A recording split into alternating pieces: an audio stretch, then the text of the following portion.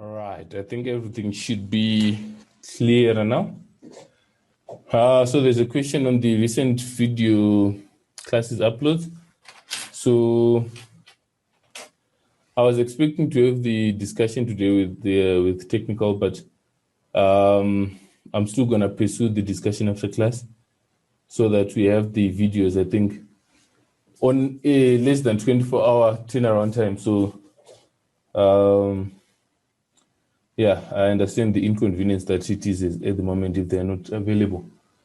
So I'll pursue the conversation after class today and get a response for you. I think if not by tonight, by tomorrow morning at least. So just keep an eye out on the notification on the Telegram group, or I'll have an email sent out to everyone regarding that. All right. Then for today, we said we want to talk about Turing machines. So this originates from, I don't know if you've heard about him, but he was called Alan Matheson Turing. Right. Is there anyone who knows about this guy? Is there anyone who knows about this guy?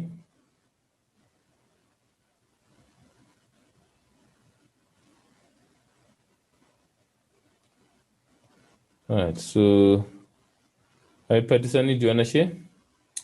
What do you know about Alan Turing?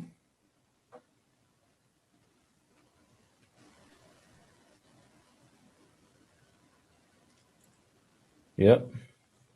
Yes, go ahead. Yeah, I know him from COS3701.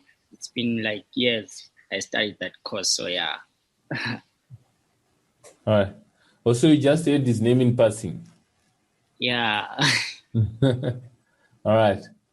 Anyone else who wants to let me know about Alan Turing? What is his achievement? Why are we talking about him now?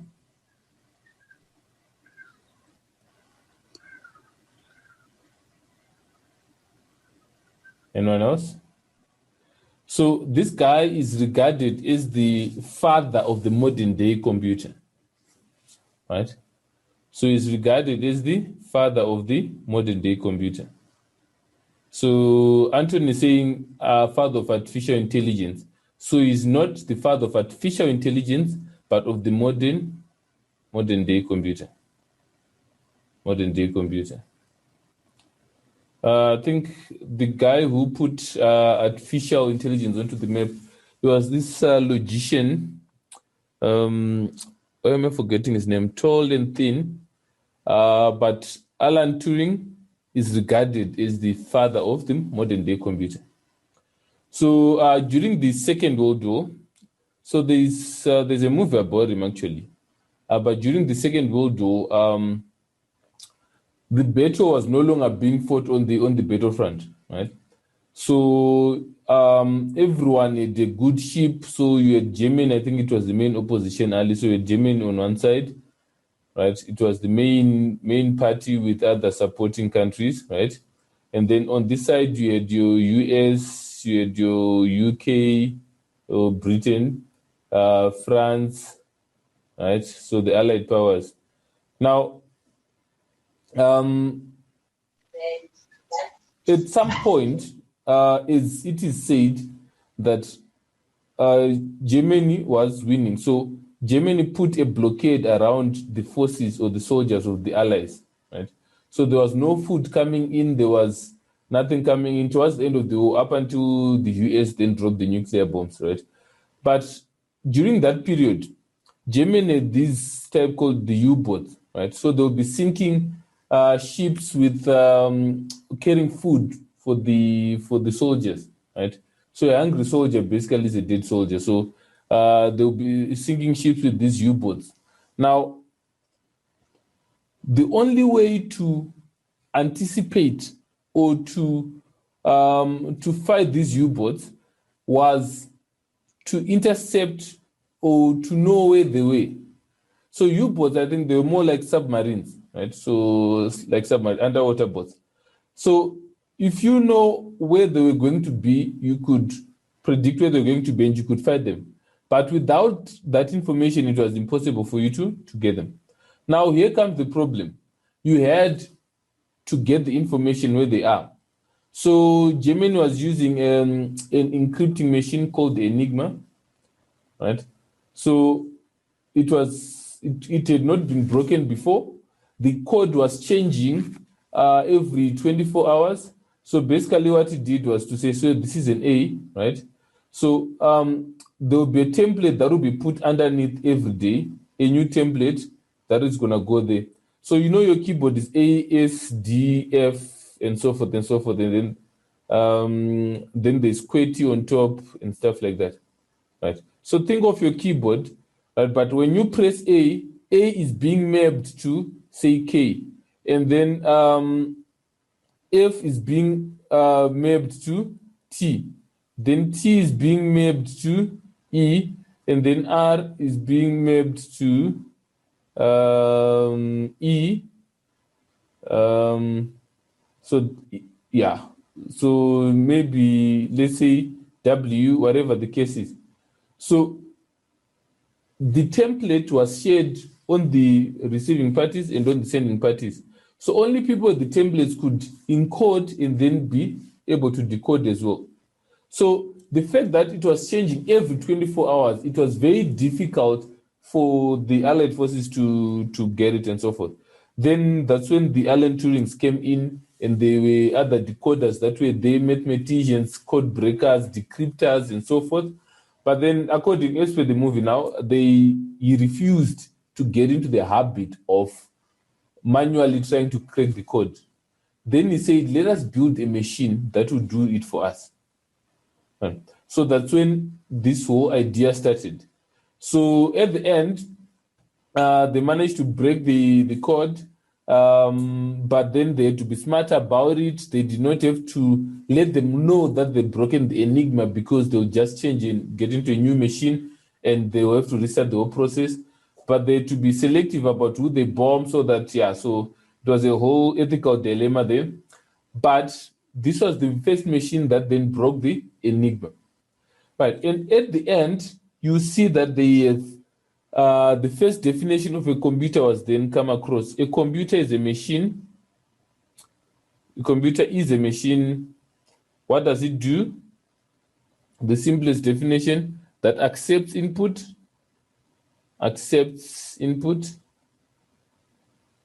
processes, and gives output. Processes and gives output. So why is this definition important?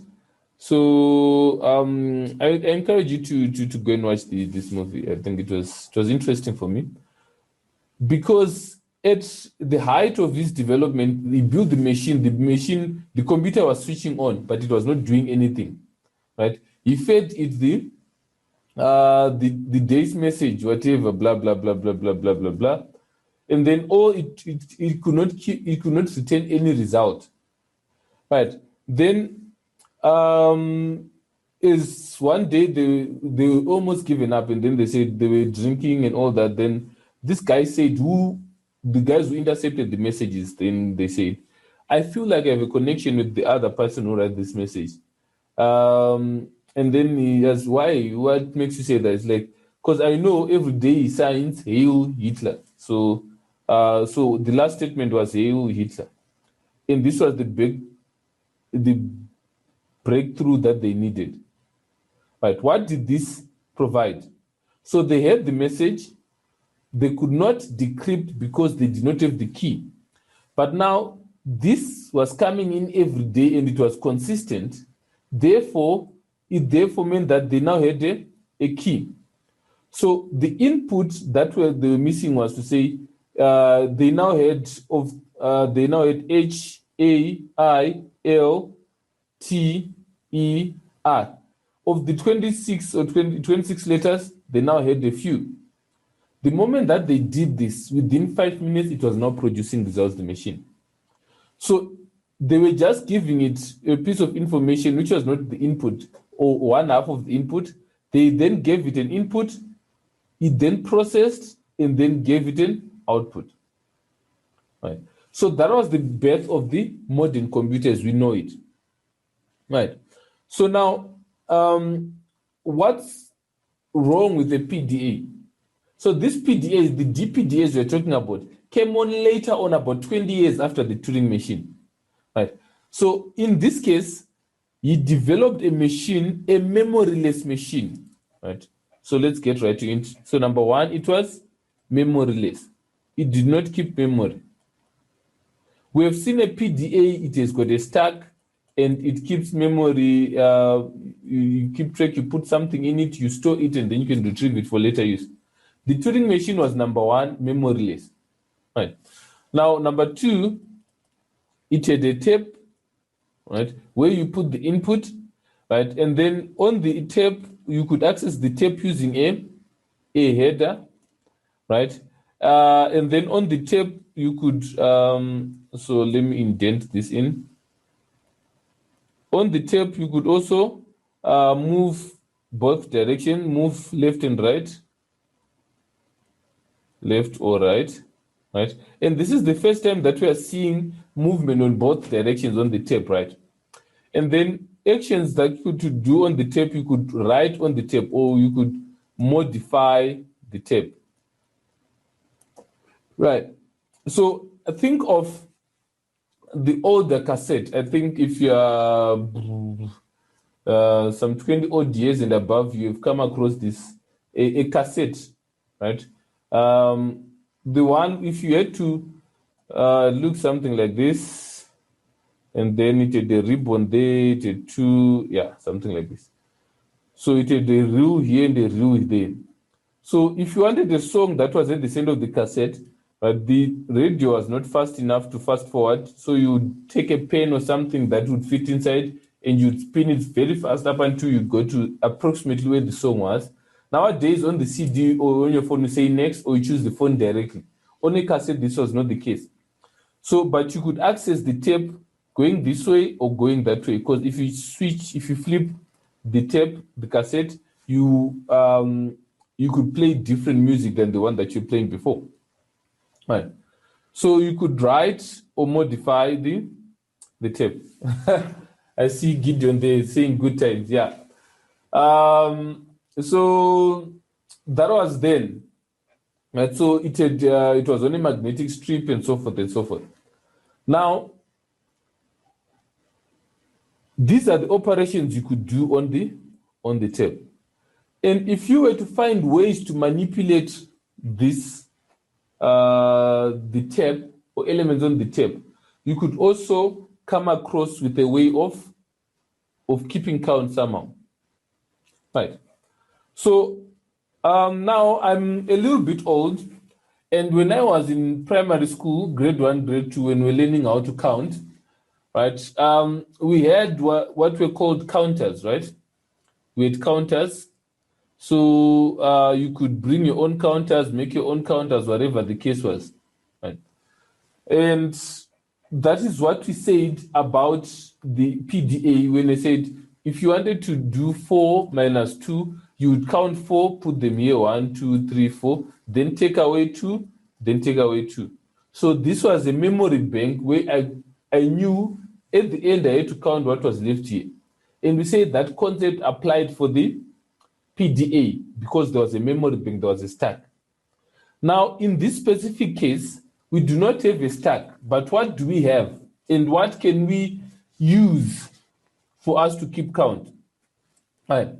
So say I have a tape, right, and I want the language A to the power of n, B to the power of n with an example of a word A, B, B, B, right? So this is the word, an example of a word.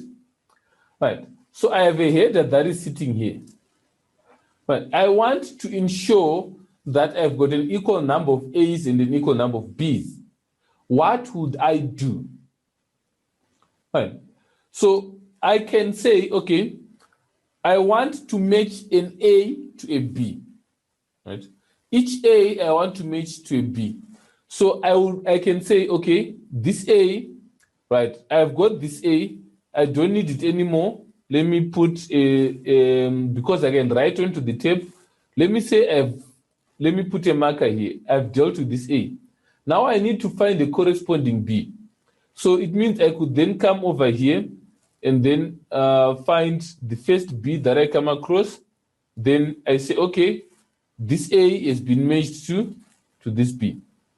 Then I need to come back again. I take this A, right? If I take this A, I've dealt with this A. Now I need to find the corresponding B for this. And then the first B that I come across is the one that I match it to that A. I delete it and I replace it with the hashtag. Then this same one, the last A, I'm going to then erase it, replace it, and then when I come to the next B, I'm going to put a hashtag. At the end, as you can see, we are going to have no more A's, no more B's.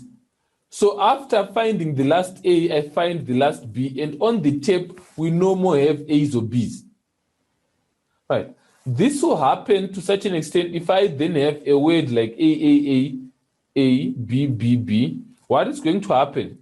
So let me put it on a tape. 1, 2, 3, 4, 5, 6, 7. A, B, B, B, B. And then we have the end there. So what's going to happen? This A is going to go with this B. Then this A is going to go with, again, this B. Right? And then this A is going to go with the last B. And then we come, what's going to happen is we're going to come and then choose this A. Now we're going to try and find, going forward, a B. Up until we get to the end of the word, we don't find a B. And then we know that this word is not in the language because we had an A that was not catered for. Does that make sense? How we can keep count without using a memory element or a memory component.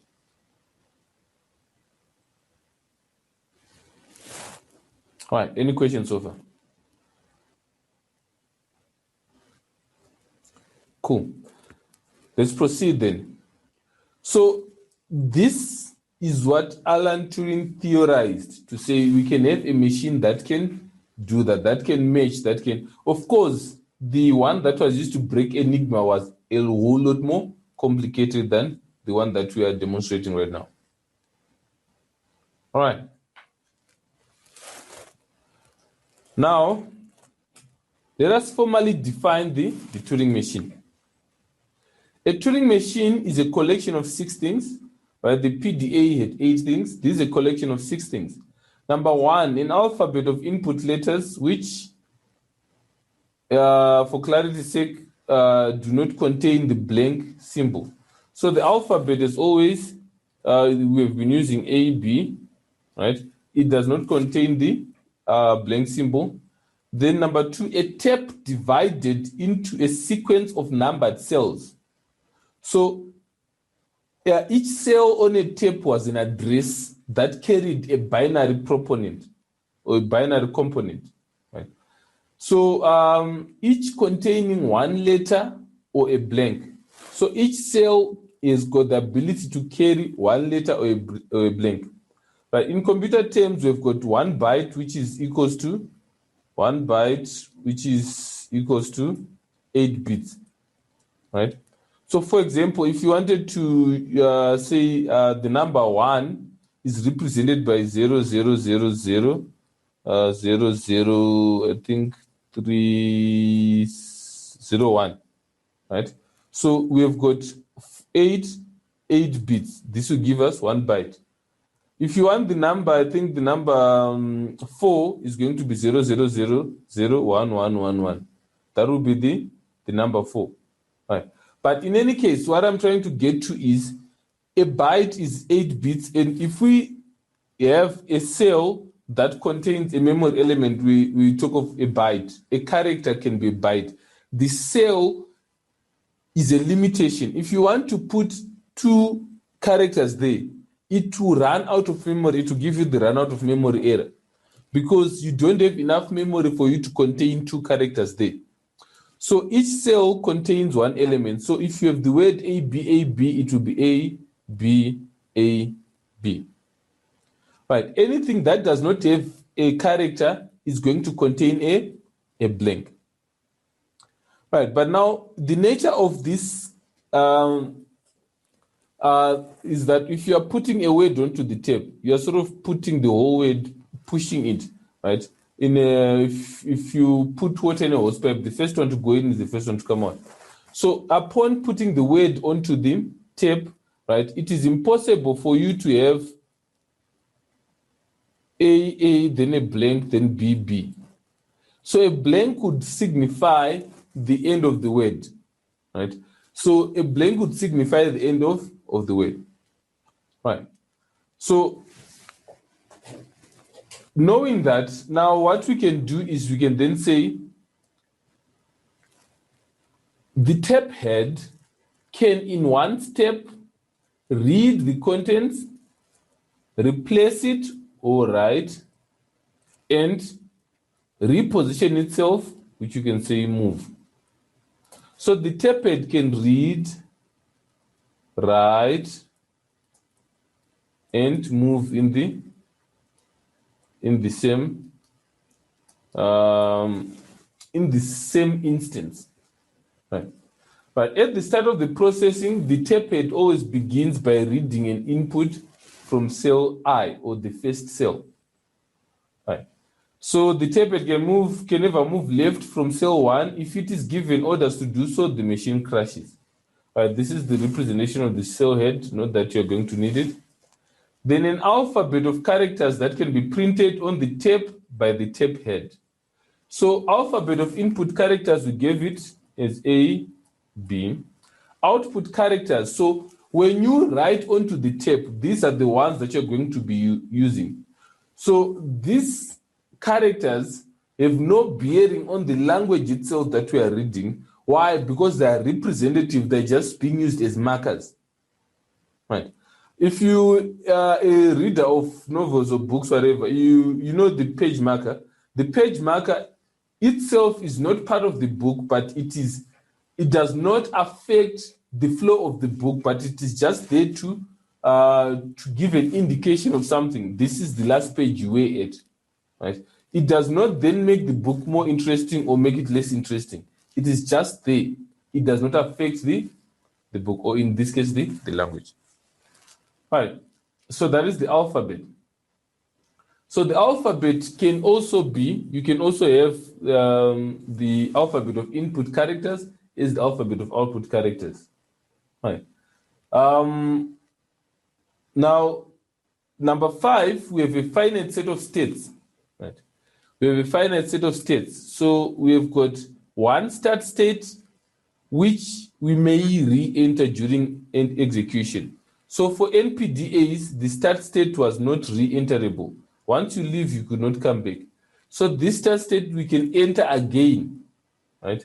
And we can have a whole state that causes the execution to terminate when we enter them, right?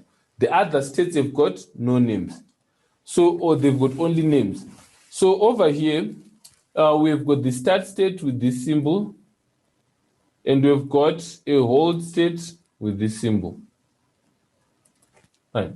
The other states are circles, remnants of the finite automata that are going to have namings on them, Q1, Q2, Q3, like that. Right. So these are the states that we're going to have. So number 6, lastly, we have a program, which is what we are going to write. We have a program that sets out rules and tells us on the basis of which state we are, what to do. So it says, if you are in cell 3 and the character is B, I want you to move to leave it or to replace it with hashtag, and I want you to move to the right. So this is code that we are now writing to tell or to control the header. Right. If you are a fan of FIFA, I'm talking, you are holding the remote control. Someone sat down and wrote code and say, if you press this button, whatever character you're holding is supposed to react in this way. If you press the up button, a character is supposed to run up the field if you have if they have the ball, or whatever the case is, whoever you're controlling. So this is what the program is doing to that player. If you've played football, or I don't know what it's called, with a totally different name from it growing up, but that table soccer, right? You are controlling those mini players or those dolls that are there on the table, right? So you are the program that are controlling them. They will always be there. They are objects, but you are the underwriting program that is controlling them. So the program needs to specify what you read, what you write, and how you move. Right. So this is all the program needs to do. Right. Now, having known this, we can now then look at an actual question. Let's look at an actual question. So I'm going to say a to the power of n, b to the power of n, and say, now we know how the Turing machine works. How then do we make sure that we draw the right machine for it? The most obvious thing that you're going to do is you're going to start. Right, now, because you have dealt with PDAs, you are supposed to have a better understanding of how, or the logic behind these machines, right? So I want you to see if you can follow the logic that we're going to do. So what we said was we're going to have, say, an example word, right? So historically, when I have used an example word like this, right, I have seen some students then going to build the machine only for one word, right? You do not want to do that. You are just using this as an example to foster or to better your own understanding, but the examiner is not looking for a machine that accepts this word, which is part of the language. Right. So the strategy that we're going to use, we said we want to match an A and a B, an A and a B, an A and a B like that. Right. But we need to be clever about it. So I'll explain, I think maybe later on, but it is easier to start from the ends and move back in. So I want to match this A, I want to match it to this B, this A and this B, this A and this B. Right. It is cheaper, in fact, because you're going to have less states if you build it like that. So your machine is going to have fewer components. Right. Now, the first thing that you're going to do is to, from the start, you're supposed to go, let's call it state 1. What is the program that you're going to use to go to state number 1? So you do the following. So your word is going to start with A's and then B's. You want this A and you want to put a marker after you've read this A. So you want to read an A, then you want to write, say, a $sign, and then perhaps you want to move to the right, because at this point, you cannot move to the left. Right. So that means you are now in state number 1. After you've moved to the right, I've got A, B, B, B. After I've moved to the right, I'm going to have a $sign. My cursor is going to be here, and then I'll have a B, B, B like that. Now I want to be able to identify this last B over here. How do I identify that last B? So that last B is the first character if you're moving from right to left. So what I'm going to do to identify it is I'm going to move all the way to the end and then get to the end of the word. How do I know I've gotten to the end of the word? I can tell by there having been a now. So a now being present highlights that I am at the end of the word. So if I get to the end of the word, right, and I move one step to the left, I'm going to find the last letter. So what am I going to do is I'm going to say, if I encounter an A's, right, I don't want to do anything to them, so I'm going to print out an A, and then each time I'm going to move to the right. So what is the impact of this? From here, I've got an A, I'm going to have a dollar sign, I'm going to have an A, and then I'm going to have an A, a B, a B, a B. The cursor will be here now. I'll still have an A, I have a dollar sign, an A, a B, a B, a B, but the cursor is here now. So it reads a B, but there's no path for a B. But I'm not interested with these B's. I want to find this last B. So if I read B's as well at this point, I might as well as pass them over as well. So which means if I read a B, I'm now going to have an a B, a B, a B. I'm now going to have the cursor moving to the right. And then I do it again, I'm going to have A, B, B, B, the cursor moving over here. Lastly now, I'm going to have dollar sign, A, B, B, B now, and the cursor is going to be here. Right, so this is significant to me. So I'm going to say at that point, if I were to come across, say for example, a now, which signifies the end of the word, right? I don't want to do anything on the now, but I want to change direction. So this was supposed to be changed direction. I want to change direction and start moving towards the left. So the impact of that is going to be, when you change direction to move to the left, you are now going to have B, B, B, dollar sign. Now, you are going to leave this as it is and move to the left, and then your marker is going to be sitting there.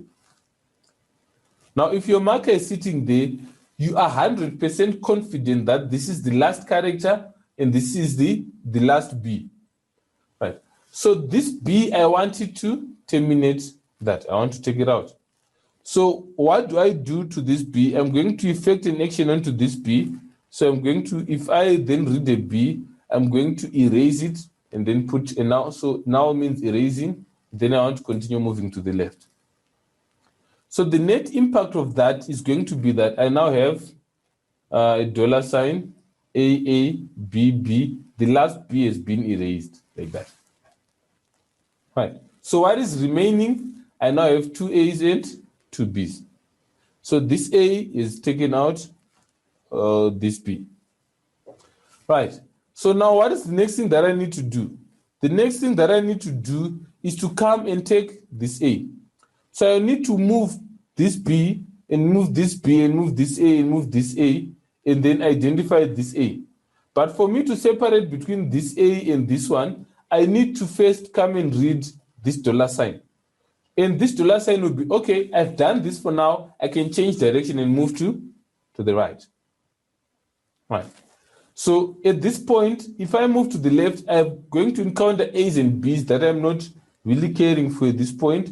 So if I encounter an A, I leave it and I move to the left. If I encounter a B, I leave it and I move to the left up until I encounter a dollar sign. Then I change direction and I move to the right. So from here, I know that the A that I'm going to get is the A that I want to deal with. I convert it to a dollar sign and I move to the right. Right, so I've created now a loop that goes and then that is going to zone into the solution. Right. So by doing this, what we see is that we now have a dollar sign, an A, a B, and now a now. Right. And we are sitting in state number 1. Right. And then it says if you are in state number 1 and you read your header is over here now. If you're in state number 1 and you read an A, what's going to happen? You're going to leave it as it is and move to the right. So you're going to move to the right. You read a B, you move to the right. And then after that, you read a now. You read a now, you move to the right, you read a now. When you read a now, you move to the left. So that's how you leave state number 2. You leave state number 2 by moving to the left. State number 1, sorry. You go to number 2, number 3, number 4. Right. So you're now in state number 2. If you are in state number 2, you expect to find a B. When you do find a B, you are going to erase what you have, so you now end up with A, B, and this B is going to be erased, and you're going to have now like that. And you end up in state number 3. In step number 3, you read the B, you stay there. You read an A, you stay there. And then you move to the right, you're bound to come across a dollar sign. Then you change direction, you move to the right. And then you're in state number 4. In step number 4, the only way out is to find an A, right, and convert it to a dollar sign. You end up having dollar sign, right? And then you have B now like that. So by doing so, you end up in state number 1. If you're in state number 1 and you read in a B, you stay in state number 1.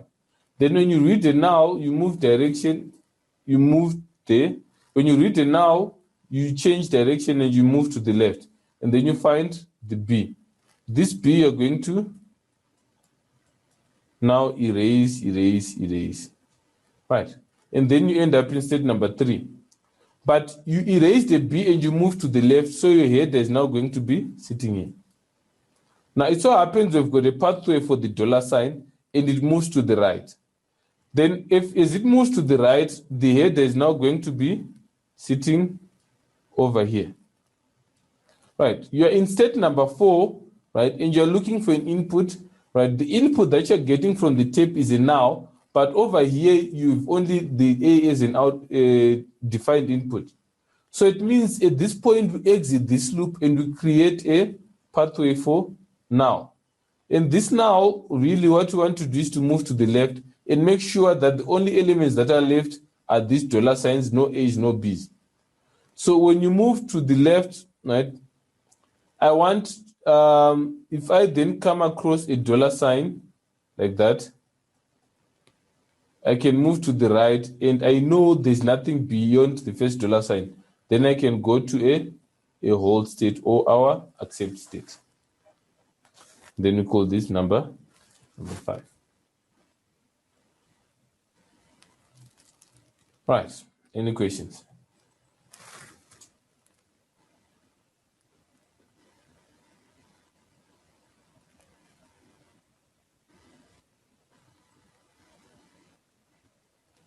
Right. If there are no questions at this point in time, either it means you fully understand or you don't understand it all.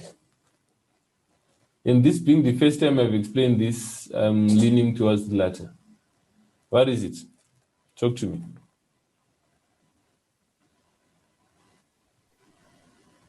Hello? Yes, I can hear you. Go ahead. I think I understood the circle. The exit is so when you get to a position 4, to state number 4, then you read the now, you replace it with the now, you move to the left. Okay. Yeah, probably that's the part that I'm still figuring out what's happening here. The exit. Yeah, you went around with us in terms to show how we were. All right. All right. If you're on state number 4, for example, after reading the last dollar sign, if you move to the right, what's the purpose of moving back to left again on that that step? Yeah. Right. So we are moving to the left to ensure. We are saying after we move to the right, and we read the now, we are just moving to ensure that it's a checksum. Remember the checksum, we read now, we popped the now, then we went to accept every time. Right? So we don't want a case after we read an R, it won't happen in this case, right? After reading a now, after moving and reading a now, right, we could have gone to accept after this, right? Because in our machine, we do not go beyond the dollar sign. We never go beyond the first dollar sign that we encounter. And anything beyond this dollar sign is is more dollar signs. So from here, you could have simply said, if you read a dollar sign, move to the right, and you encounter a now, right? After encountering a now, state number 5 could have been a hold state. Right? But this step I do to prove that between the two markers that I was using, in this case, the now and the dollar sign, there is nothing else remaining. Or if there's supposed to be something remaining, maybe an additional B, there's an additional B, only one additional B remaining in between. Right. In this case, it is not going to be relevant that I do this, but I'm putting it anyway so that you see that it is something that you have to do, a test that you have to do each time before you go to hold. Is what is supposed to be left between my markers the one or the things that are left between my markers? That is the significance of this part, going left and then going right again. Because I made the border here, I'm saying I read a dollar sign here, there's a now, read a dollar sign, move to the right, and then move back again, ensure that there's nothing in between.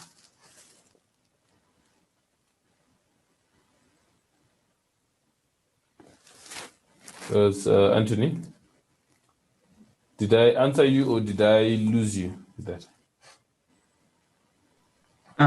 I think it requires a little bit of practice on my part to see like that significance, because I feel like we repeated, it hasn't sunk in very much, but I think I just need to practice. All right. Anyone else? Elvis, Gideon, Patty, Victor, questions?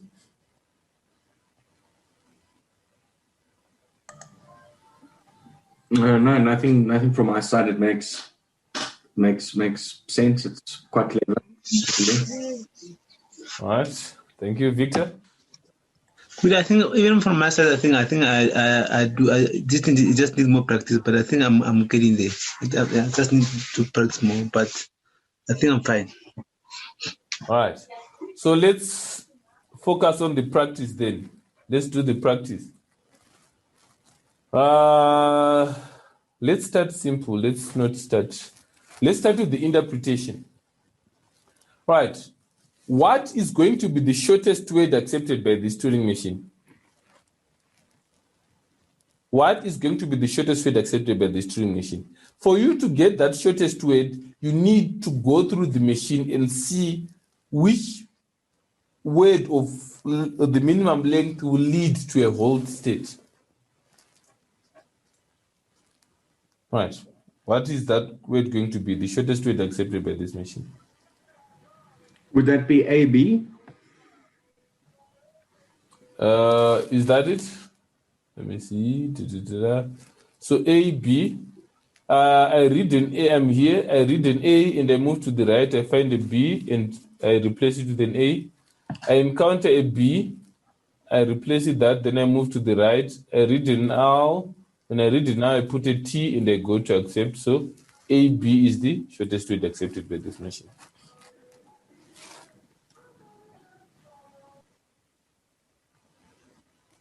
All right, does that make sense for everyone? So in this case, we are going to have, it's a concept we'll touch a little bit later on, but we're going to have accept T, which refers to the language accepted by the Turing machine. We're going to have reject T, the language rejected by the Turing machine. We're going to have loop T, which is the language looped by the Turing machine. So accept means it gets to hold. Reject everything that is not accepted, or wherever the machine crashes, or wherever it does not have a command or a way to go to. For example, I can say, if you have the word A only, right? You read an A, you convert to a capital A, then you get to point number 1. There is no pathway for a now, right? So it crashes at this point. So this part is rejected. That's what reject means. So everywhere else where we do not have a path, we say the machine will crash. Then loop T, right? Wherever the machine goes to a state where it cannot escape. So any input that it reads, it is going to be to remain in that. So we call that a looping state.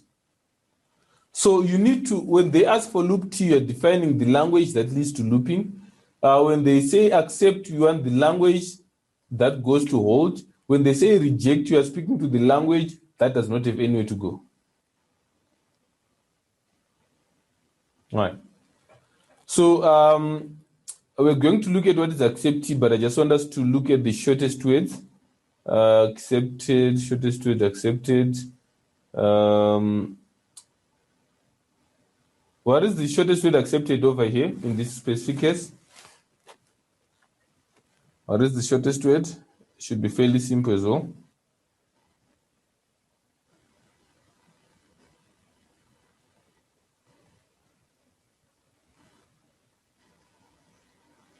What is the shortest word?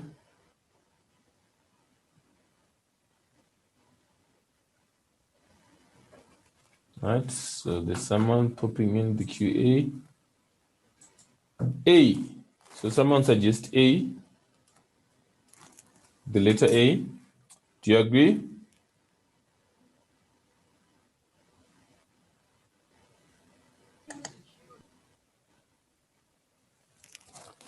If you put in A, what happens? If you put in A, you're going to have a capital A.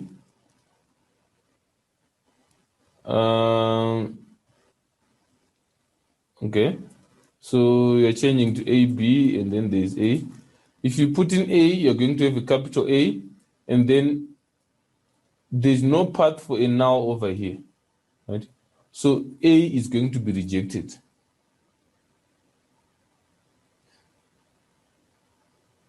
A is going to be rejected. AB is also going to be rejected because after reading an A, there's no path for a B over here.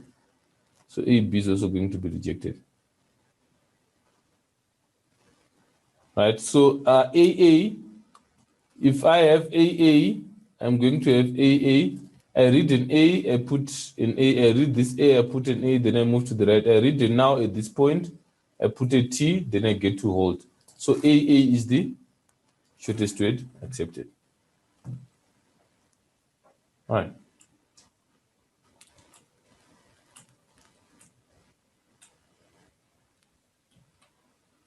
So that is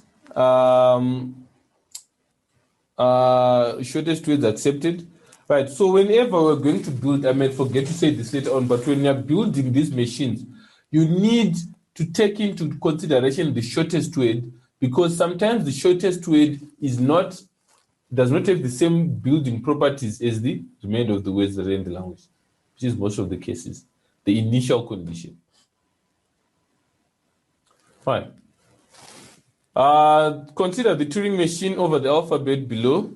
What is accept T? So which language is accepted by this Turing machine?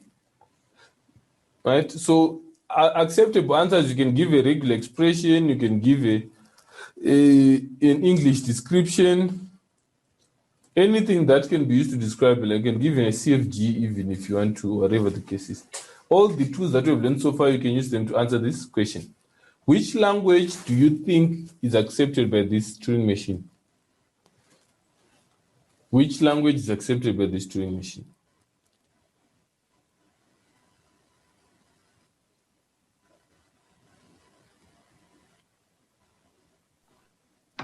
Can I try? Yes, please. I would say A, B, and then opening brackets, A plus B, close bracket, clean star. So A, B, A plus B, clean star. Mm-hmm. Fine. What would be that description in English?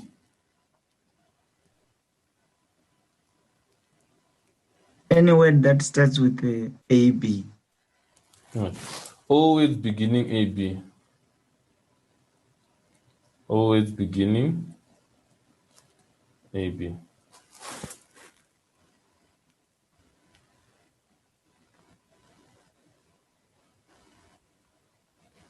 Does it make sense for everyone else?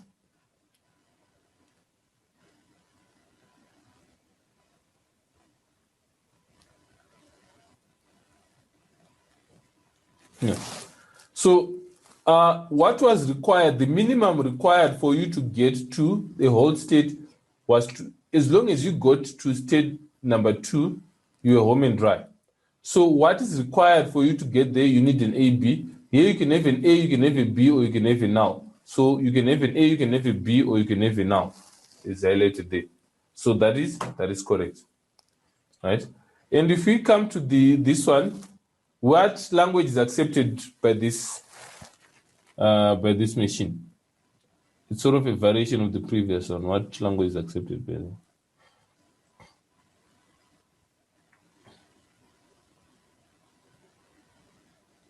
Which language is accepted by this one?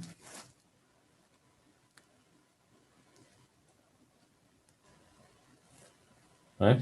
So AA is the shortest word accepted, Patisani. We need the full language. We don't need one word. We now need the full language.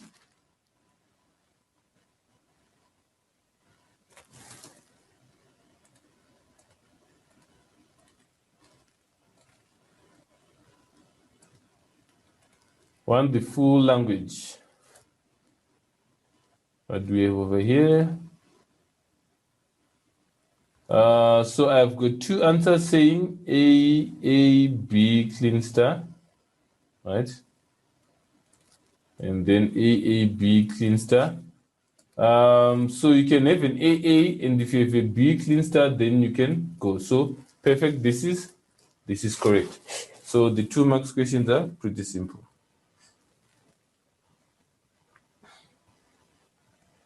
All right.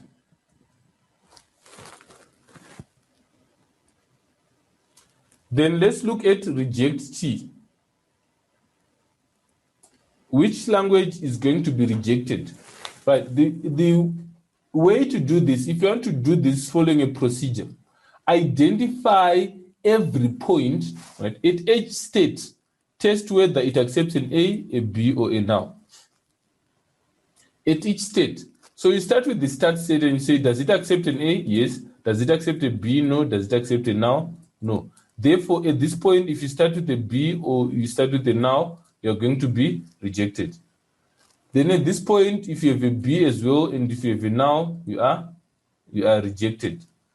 At this point, you have got an A, you have got a B, you have got a now, so at this point, there's no rejection.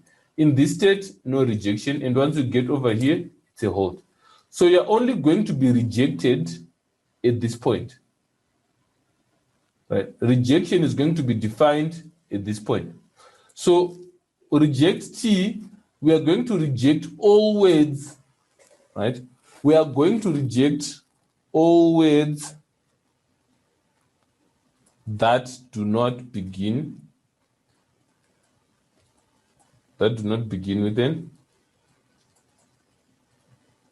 with an AA. If you do not begin with an AA, you're going to be rejected. So the test is, does your word begin with an AA? Then if the answer is no, then it's going to be rejected.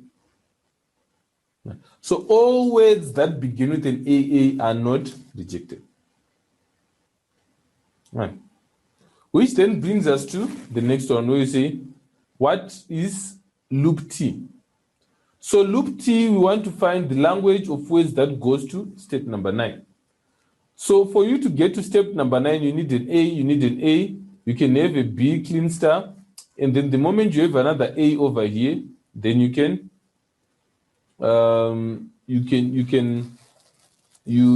to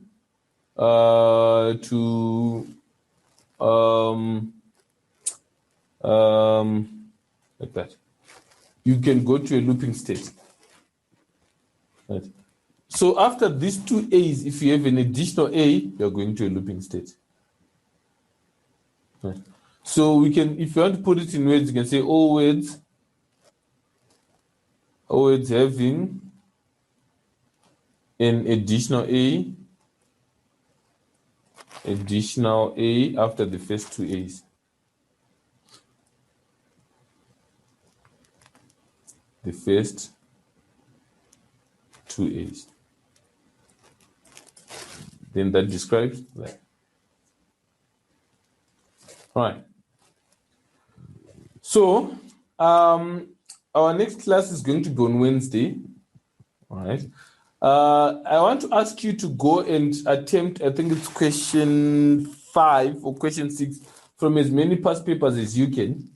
There are about 3 or 4 past papers under additional or course resources that you can look at, or memos that are there. So I think from 2019 and 2018 papers are there. So go look at the 2018, 2019 papers, attempt on your own question 5, the one that is got the interpretation of a Turing machine. And then if you have any problems, feel free just to post onto our group. But this is the Turing machine, ladies and gentlemen, the founding aspect of computers, where what we use now is now originates all the way from here. So this was more of an analog computer, right? It was more of an analog computer in a bit. I mean, there was some logic to it, but it behaved sort of in an analog manner. All right. So I'll leave you then. Good night, goodbye, and have a great day.